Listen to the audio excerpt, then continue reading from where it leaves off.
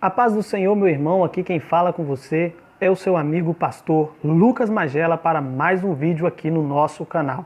Bom, irmão, no dia de hoje nós estaremos lecionando aqui, deixa eu pegar aqui o meu celular. No dia de hoje nós estaremos lecionando a lição de número 8. Lição de número 8 que traz por tema as causas da desunião devem ser eliminadas. As causas da desunião devem ser eliminadas. Irmãos, nós sabemos que uma das maiores dificuldades que nós temos hoje dentro do templo, às vezes, é a união, né? Às vezes vemos montinhos, vemos irmãos fazendo montinhos e isso acaba afetando o corpo de Cristo. Isso acaba atrapalhando um pouco o desenvolvimento da obra de Deus no nosso meio, né? Mas eu quero aqui lecionar para você hoje aqui a 8ª lição. É isso mesmo, nós estamos gravando aí, graças a Deus, estamos com um tempo, né? Não assim em um momento tão bom, né? Época de pandemia, mas graças a Deus nós estamos aqui para gravar essa lição maravilhosa. O objetivo aqui, irmão, desse canal é somar com os inúmeros professores de escola bíblica dominical que nós já temos aqui nessa plataforma maravilhosa chamada YouTube. Quero pedir para você, se você ainda não conhece o meu trabalho de oração, quero pedir para você acompanhar o meu trabalho de oração, né? Todos os dias nós postamos uma oração para Deus abençoar a sua vida. Geralmente é às 6 da noite, nós já estamos postando aí uma oração para abençoar a sua vida, para o seu dia ser melhor, para a sua noite ser melhor, melhor dizendo. Irmãos, olha só, quem tem o interesse de fazer uma escola bíblica dominical ou até mesmo interesse em aprender um pouco mais da escola bíblica dominical, eu vou deixar na descrição desse vídeo aqui um link de um curso para professores de escola bíblica dominical. Eu tive acesso a esse curso e é muito bom, tem muita informação que com certeza vai somar na vida daqueles que assim adquirir esse curso que está aí embaixo aí, irmãos, amém? Claro, tudo para edificação da igreja. Vamos aí então para a nossa lição. As causas da desunião devem ser eliminadas. Vamos ver aí, o objetivo geral da lição é destacar que a união é indispensável para o crescimento e sustentabilidade da obra de Deus. Amém? Vamos aí para o nosso texto áureo, que está escrito assim: ó, quão bom e quão suave é que os irmãos vivam em união. Né? Verdade prática, a união é uma força indispensável para a igreja. É um testemunho diante do mundo e um estímulo para o crescimento da obra de Deus. Glória a Deus por isso. Né? A nossa leitura bíblica em classe está em Neemias capítulo 5, verso 1, 6 e depois 12. Foi, porém, grande o clamor do povo e suas mulheres contra os judeus, seus irmãos. Ouvindo eu, pois, o seu clamor e essas palavras, muito me enfadei e considerei comigo mesmo no meu coração, depois pelejei com os nobres e com os magistrados e disse-lhes: usura tomais cada um do seu irmão e ajuntai contra eles um grande ajuntamento. Irmãos, já deu para nós entender que essa lição nós vamos falar sobre a desunião, do que estava acontecendo enquanto a obra de Deus estava fluindo e o que começou a acontecer quando assim a obra de Deus ela começou a fluir. Porque é assim, irmão, toda vez que nós começamos a fazer a obra de Deus, tende assim ter uma dificuldade, tende sim a ter batalha espiritual, né? Mas nós precisamos entender a origem dessas batalhas espirituais. Nós precisamos entender da onde que elas estão saindo, né? O que está ocasionando para que haja isso, né? A nossa introdução diz assim, ó: veremos nesta lição um conflito que surgiu entre diferentes classes sociais e como o problema foi solucionado. Como já falei aqui no início, logo quando a obra de Deus começou a fluir, o que começou a acontecer? Os irmãos eles começaram a criar uma desavença entre eles muito grande, né? E isso por causa que a gente tem que entender, irmãos, que toda vez que isso acontece é para parar a obra de Deus. Toda vez que isso acontece é para que a obra ela não continue, mas que ela pare. E nós não podemos dar ouvidos a isso. Nós precisamos levantar a nossa cabeça, nós precisamos olhar para Cristo, o autor e consumador da nossa fé. Mas olha só, o ponto central dessa lição é: Cristo derrubou o muro da separação que havia entre gentios e judeus, tornando-os uma verdadeira família de Deus, tornando uma verdadeira família de Deus. Por quê, irmãos? A gente sabe que logo desde o início, quando você se converte, você já deve ter ouvido aquela palavra: ele veio para os que eram seus, mas os seus o rejeitaram. Porque essa é a verdade. A salvação ela veio para os hebreus, ela veio para os israelenses, para os judeus. Só que o que acontece? Quando Deus ele percebe que as pessoas, os judeus, não estão fazendo muita questão, então a salvação ela é estendida. E glória a Deus por isso, né? Primeiro tópico aí, a união caracterizava os judeus libertos do cativeiro. Qual era a base desta união?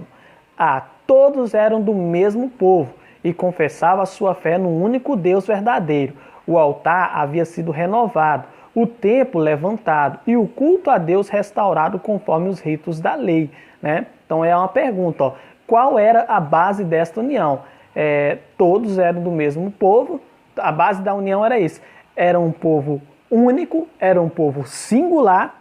Todos haviam experimentado o despertamento que se havia iniciado pelo rei Ciro, ou seja, não era uma coisa por acaso que estava acontecendo, todos eles tinham ciência do que estava acontecendo, todos eles sabiam muito bem o que Deus estava fazendo, não estavam pessoas ali sendo pegas de surpresa.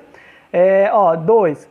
Esta união entre os judeus simboliza a união que deve haver na igreja de Deus, né? Também na igreja há muitas coisas unificantes, todos experimentaram um novo nascimento. E é verdade, né, irmãos? Quando nós vamos para Cristo, nós experimentamos um novo nascimento, nós experimentamos a nova vida, nós experimentamos um novo modelo de vida. Só que agora, esse novo modelo de vida, Cristo passa a ser a cabeça desta igreja. E se Cristo é a cabeça dessa igreja, logo nós temos que entender que a cabeça dá comando para o corpo. E a cabeça ensina, né, Jesus ensina que nós devemos ter união, que nós devemos ser unidos, né? Se a gente ler Efésios capítulo 4, nós vamos ler a unidade da fé, né?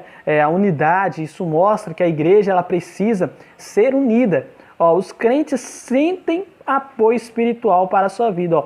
Muitos crentes vivem cercados de pessoas que não contrariam a sua fé.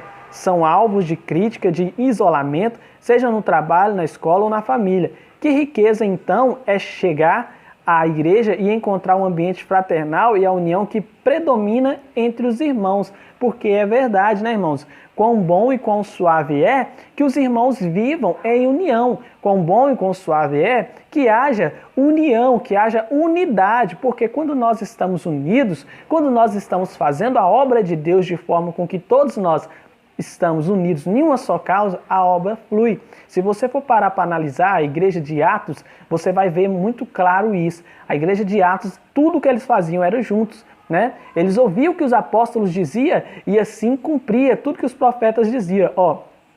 Na igreja, levamos as cargas uns dos outros. Deve ser assim, irmãos. Mas, infelizmente, eu preciso falar isso aqui. Não é o que está acontecendo hoje em dia.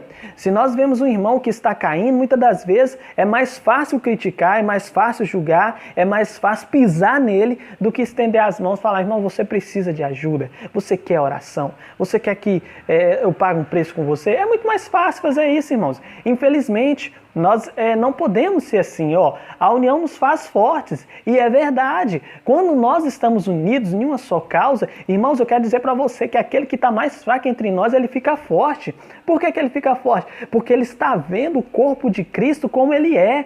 Ele está vendo a igreja de Cristo como ela é. Ele está vendo a igreja unida. E é isso que é importante. A igreja deve ficar unida. Os irmãos devem ficar unidos. Essa é a nossa motivação. Essa é a nossa fé. Olha, parte D aí, Uma igreja que vive em união tem testemunho maravilhoso, isso é verdade, nós percebemos isso em Atos capítulo 2, né?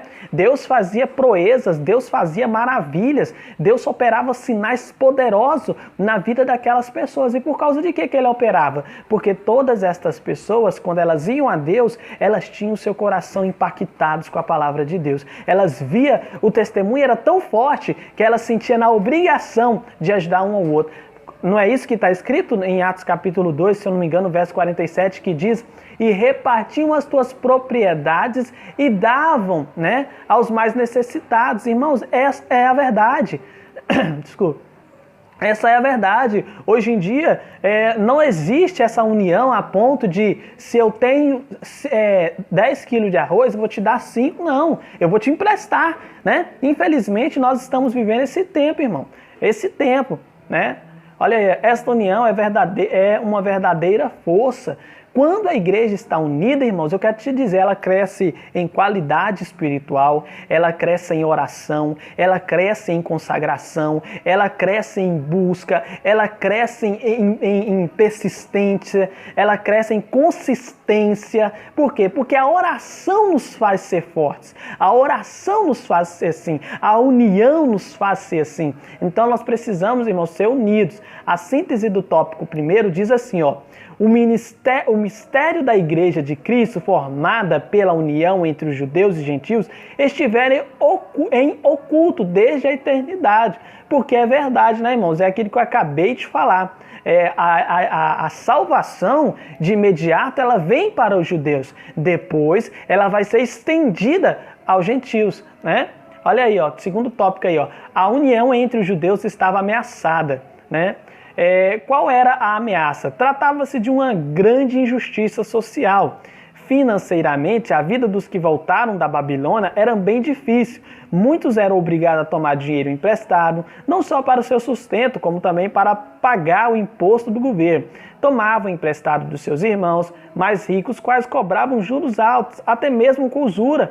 Quando os mais pobres não conseguiam pagar os empréstimos tomados, os irmãos mais ricos executavam as dívidas, tomando as casas, das terras. Olha só, aqui você já nota uma diferença, aqui você já nota a diferença da união dos judeus para a união, a união dos gentios quando vinham para Cristo, né? Porque a Bíblia diz que os mais ricos davam vendiam as suas propriedades para dar aos mais pobres, aos mais necessitados. Já neste caso aqui, não era o que estava acontecendo, né? Muitas pessoas voltaram da Babilônia na pindaíba mesmo. Voltaram da Babilônia sem nada, né?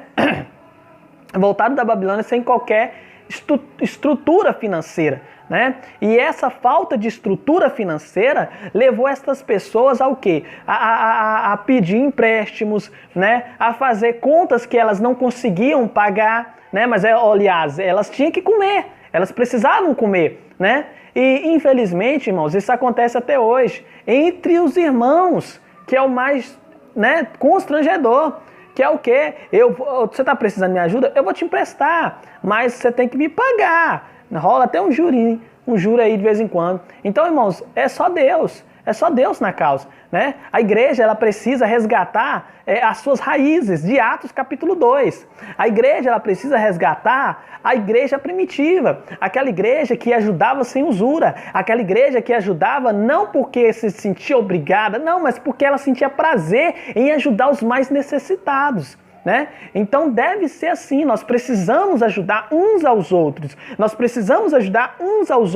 porque essa ajuda muito abençoa os que precisam. Como se explica esta grande injustiça? Em primeiro lugar, era uma expressão de falta de amor dos mais ricos para com os mais pobres. Irmãos, aqui nós podemos ver que essa falta de amor estava entre os irmãos, né? É o que acontece, irmão. Infelizmente, às vezes o dinheiro ele causa esse impacto nas pessoas. Elas não ajudam, elas deixam de ajudar os mais pobres, né? E nós vemos isso até hoje, né, irmãos? Por que falta tanto poder na igreja? O que está acontecendo? O cachorro começou a latir por aqui. O que está acontecendo, irmãos? Por que está faltando tanta autoridade, tanto poder na igreja?